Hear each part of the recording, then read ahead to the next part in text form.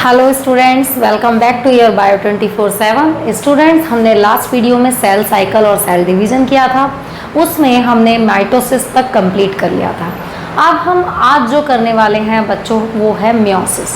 चलिए देखते हैं बच्चों, सेल साइकिल, सेल डिवीज़न। कौन सा डिवीज़न करने वाले हैं आप? Meiosis.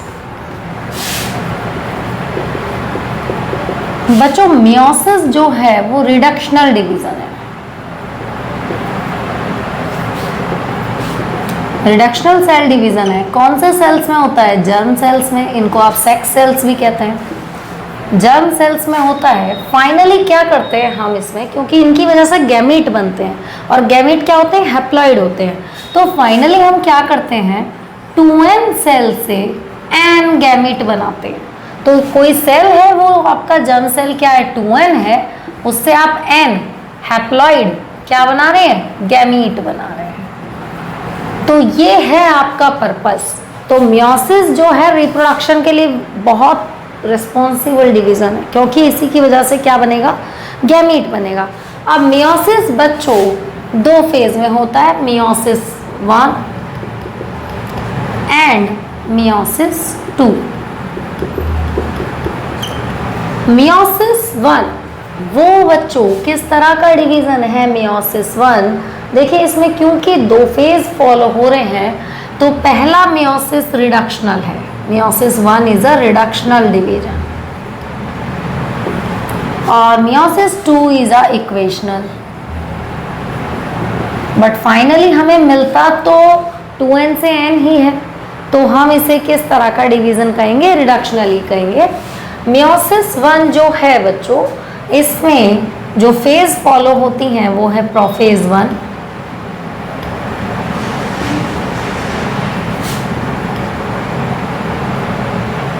Metaphase 1,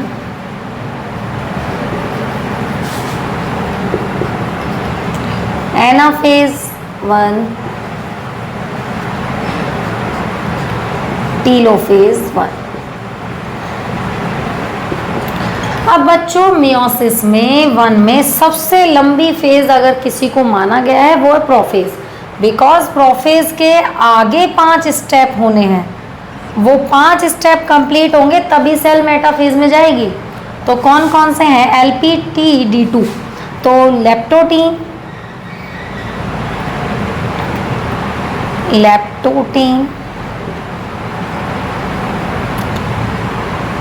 zygotene, pachytene, diplotene, diakinesis. जब आप ये कंप्लीट कर लेंगे तो ही सेल मेटाफेज में जाएगी। तो सबसे लंबी फेज माना गया इसे LZPD2। आप कोई सा भी निमोनिक बना लीजिए इसमें, नहीं तो ज़्यादा टफ नहीं है। Leptotene, zygotene, pachytene, diplotene and diakinesis, ये आप कर सकते हैं। मियोसिस 2 ये है मियोसिस 2 की फेजेस। Prophase 2,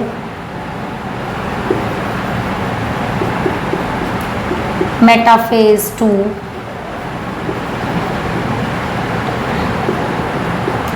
anaphase 2, telophase 2। अगर मैं कहूं कि मियोसिस 2 सेकेंड एग्जैक्टली माइटोसिस जैसा है तो बिल्कुल गलत नहीं कहूंगी मैं। क्यों? क्योंकि हम फाइनली पहुंचते किससे? 2n से n तक।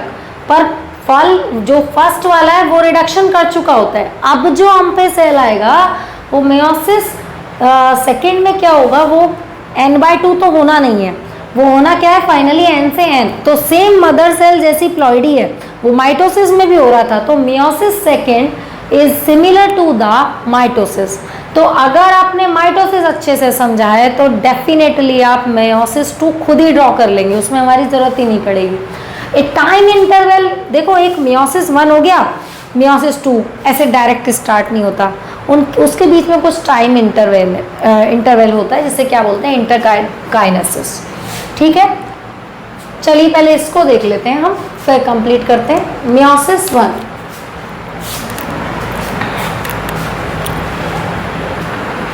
चलिए बच्चों, अब हम देखते हैं मियोसिस 1। सबसे पहले हम मियोसिस 1 करेंगे, तो एक एक स्टेप हम देखते जाते हैं। सबसे पहले हम प्रोफेज 1।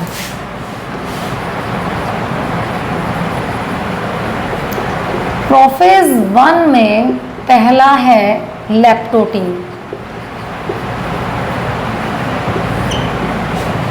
लैक्टोटीन स्टेज में आपके पास, क्योंकि G1S और G2 हो चुका है, अब जो हमारे पास सेल आया है हम उसको कर रहे हैं, तो यहाँ पे न्यूक्लियर मेम्ब्रेन डिसअपियर है ना। न्यूक्लियर मेम्ब्रेन पूरी तरह से कंप्लीटली गायब अभी नहीं हुई है यहाँ पर।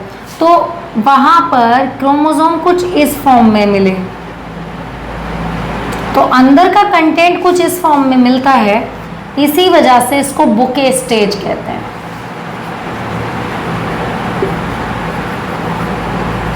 ठीक है बच्चों। अब सेकेंड जाइगोटीन स्टेज।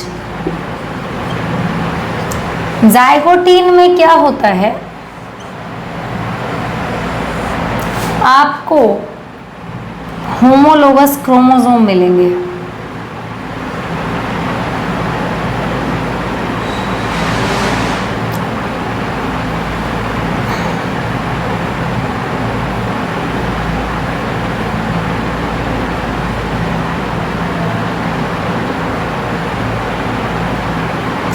अब ये होमोलोगस क्रोमोसोम कितने हैं, एन वैल्यू कितना है 1 2 3 4, तो 2n वैल्यू, क्योंकि सेल आपका क्या है डिप्लॉयड है ना, तो n वैल्यू कितना है 4, 2c वैल्यू कितना है 8 है। इस वाली स्टेज में होमोलोगस क्रोमोसोम जो हैं उनके बीच में एक कॉम्प्लेक्स बनना शुरू हो जाता है। ये जो मैंने ऐसे ब्लैक कलर का डार्कर सिस्टर क्रोमेटिड को चिपकाया है वो क्या है आपका साइनेप्टोनीमल कॉम्प्लेक्स।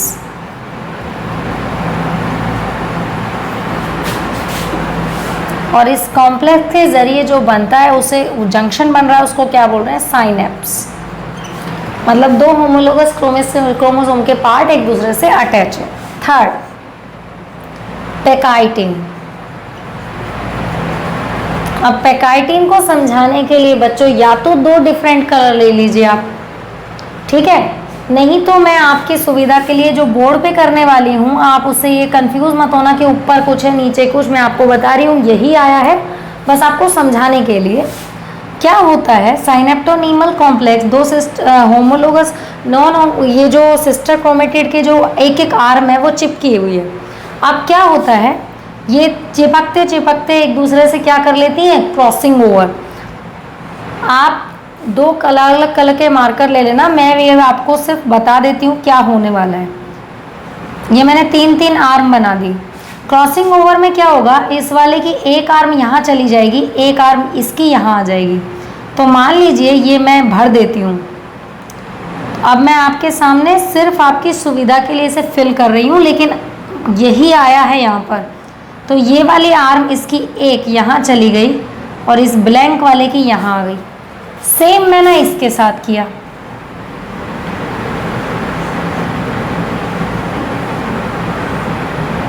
तीन बना देते हैं, यहाँ पे भी 2 पेयर थे, अब इसकी भी मैं 3 बना देती हूँ। अब क्या होगा, ये एक फिल कर दिया। इसके लिए आपको डिफरेंट कलर ही लेने पड़ेंगे, तभी आप समझ पाएंगे।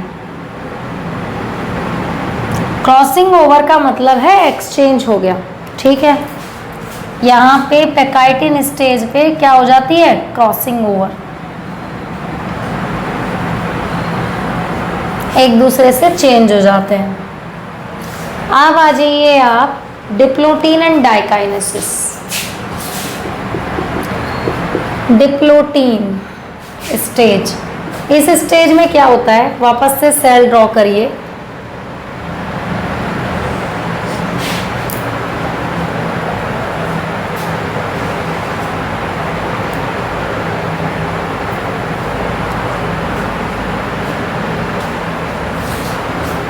ये जो आर्म बेटा इधर से इधर चेंज हुई थी, ये क्या होती है पेकाइटिन में, ये इससे चिपकी हुई है अभी भी।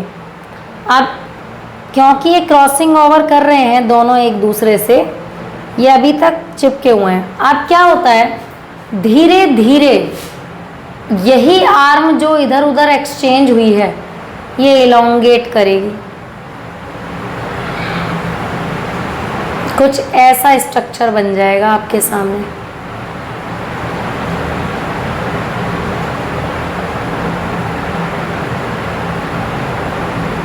फाइनली अगर आप इस गोल वाले स्ट्रक्चर को देखें तो इसमें आपको, मैं सिर्फ ये ऐसा करना नहीं है, मैं आपको समझाने के लिए कर रही हूँ। तो ये जो गोल वाले के अंदर आप स्ट्रक्चर देखें तो आपको एक्स दिख रहा है, तो यहाँ पे एक्स शेप फॉर्मेशन हो जाता है।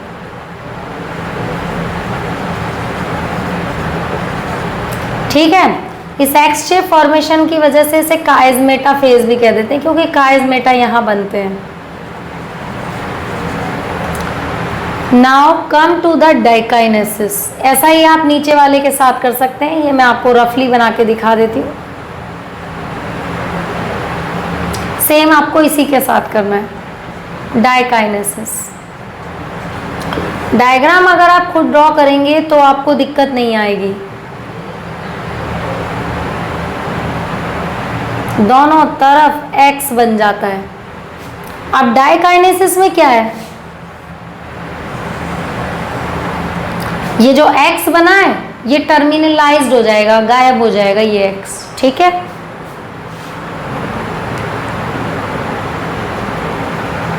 अब यहां पे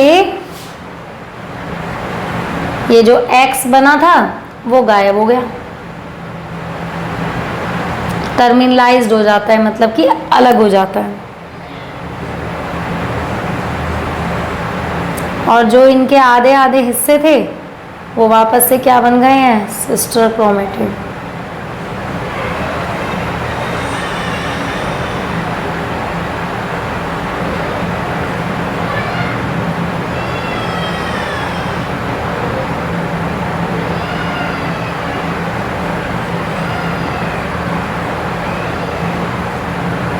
तो टर्मिनलाइजेशन ऑफ काइजमेटा।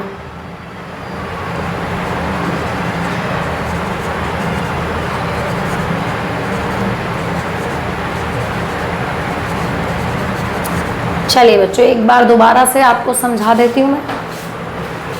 मियोसिस 1 पढ़ रहे हैं, मियोसिस 1 पढ़ रहे हैं तो सेल गुजर चुका है G1 S G2। सेल के डिवीजन की जब तक तैयारी नहीं होगी, डिवीजन में सेल आएगा कैसे। इंटरफेज हो चुका है, सेल एम फेज में पहुंच चुकी है और एम फेज का फर्स्ट स्टेप प्रोफेज आप कर रहे हैं। Leptotene, zygotene, pachytene, diplotene, diakinesis. Condition same है, 2n बराबर कितना है आपका 4, 2c वैल्यू 8। वहाँ डाइकाइनेसिस तक सेम वैल्यू है, क्योंकि यहाँ थोड़ी ना हाफ होना है, वो तो अभी एनाफेज, मेटाफेज, टीलोफेज होने हैं। तो 2n वैल्यू 4, 2c वैल्यू 8 है। अभी हम मेटाफेज की तरफ, अब आप इन क्रोमोसोम को कहाँ ले जा रहे हैं, मेटाफेज की तरफ ले जाएंगे। अब मैं इसको हटा रही हूँ, रब कर रही हूँ, तब तक आप इसे देख लीजिए।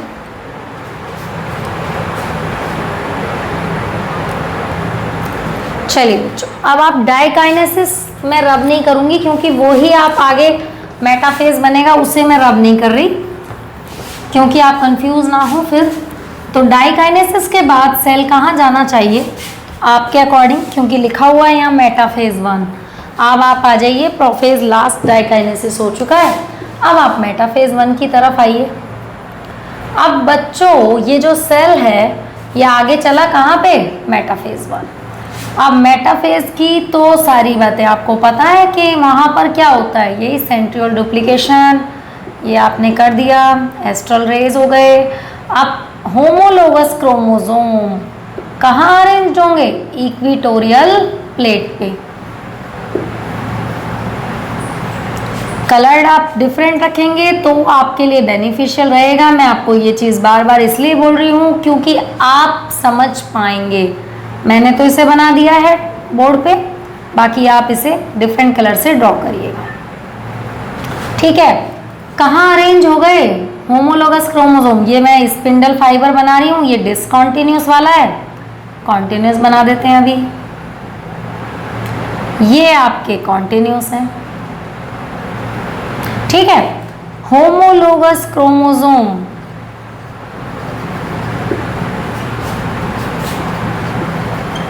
Are arranged in equatorial plate, right, done. 2n value कितनी है, वही क्रोमोसोम तो 4 है, 2c वैल्यू कितना है 8। अब आ जाइए एनाफेज की तरफ। एनाफेज 1, वापस से सेल ड्रॉ करिए, सेंट्रियोल्स बनाइए पोल्स पर, एस्ट्रल रेज। आप होमोलोग, अब कौन जाएगा पोल पे बेटा, यहां पर जाते हैं होमोलोगस क्रोमोसोम। पहले माइटोसिस में क्या पढ़ा था, सिस्टर क्रोमेटिड जाते थे, यहां कौन जा रहा है, होमोलोगस क्रोमोसोम। बस यही लाइन आपको याद करनी है जो आपको कंफ्यूज ना करे। होमोलोगस क्रोमोसोम कहां पहुंच गए, वापस से स्पिंडल फाइबर ड्रॉ कर लीजिए, continuous discontinuous. Homologous chromosome divide हो जाते हैं,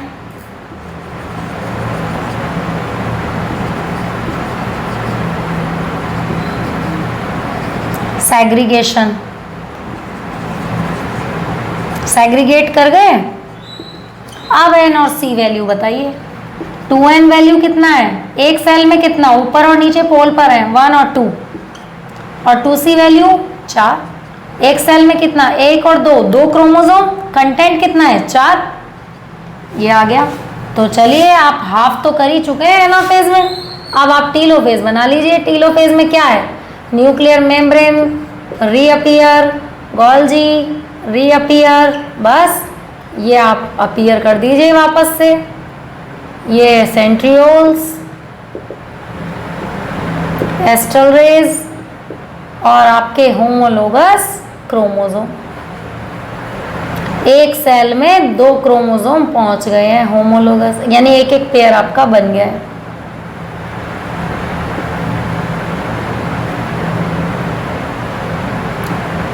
तो 2n वैल्यू कितना, 2, एक सेल में कितने क्रोमोसोम, 2c वैल्यू कितना 4। तो हो गया रिडक्शन बच्चों, सॉरी हो गया रिडक्शन। रिडक्शन मतलब कि कहां से लेके चले थे, प्रोफेज में n वैल्यू 4 था, कंटेंट था 8। अभी नहीं आपको कंफ्यूजन हो रहा हो तो डाइकाइनेसिस देख लीजिए। अब मैं डाइकाइनेसिस को रब कर दे रही हूँ, टीलोफेज तक कंटेंट वैल्यू हाफ हो गया, तो रिडक्शन डिवीजन हुआ कि नहीं हुआ। अब बच्चों मियोसिस 1 के बाद स्टार्ट होगा, व्हाट इज, क्या स्टार्ट होने वाला है मियोसिस 1 के बाद, मियोसिस 2 स्टार्ट होगा। अब ये सेल आगे कहाँ जाने हैं, दोनों सेल मियोसिस 2 में जाएंगे। मियोसिस 2 में जाएंगे तो मियोसिस 2 में क्या होने वाला है, इक्वेशनल डिवीजन है, वो सेम वैल्यू रहने वाला है। 2 से कितनी डॉटर सेल बनने वाली है, 4 डॉटर सेल बनने वाली है। फिर आप करेंगे साइटोप्लाज्मिक डिवीजन। एनिमल सेल में कौन सा डिवीजन स्टार्ट करते हैं, साइटोप्लाज्मिक, सेंट्रीपिटल मेथड। ये आपको खुद से करना है, ये आपका होमवर्क है। नहीं आपसे हो पाएगा या आपको समझ नहीं आया तो कमेंट सेक्शन में आप मुझे ज़रूर बताना, क्योंकि मैं आपको फिर मियोसिस 2 जरूर आपको बोर्ड पे इसी तरह ड्रॉ करके बना के दिखाऊंगी। अभी इतना समझ लीजिए कि इस 2 सेलों को आगे पहुंचाना है। 2 से कितने बनाने हैं, 4 सेल बनाने हैं। फाइनली माइटोसिस में कितने सेल बनते थे, 1 से 2। यहाँ पे कितने बनेंगे, 1 से 4। पहले मियोसिस 1 में 1 से 2, फिर मियोसिस 2 में 2 से 4 बनेंगे। मियोसिस 1 जो था वो रिडक्शनल था, आप कर चुके हैं। अभी इस सेल को आगे बढ़ाइए, इक्वेशनल है। मियोसिस का उद्देश्य क्या है, डिप्लॉइड से हैप्लॉइड की तरफ पहुंचना। जर्म सेल से आप गैमीट बना रहे हैं, दैट इज मियोसिस। ठीक है, अब हम यहाँ क्या डिस्कस कर रहे हैं, मियोसिस 2। देखिए बच्चों, टाइम इंटरवल बिटवीन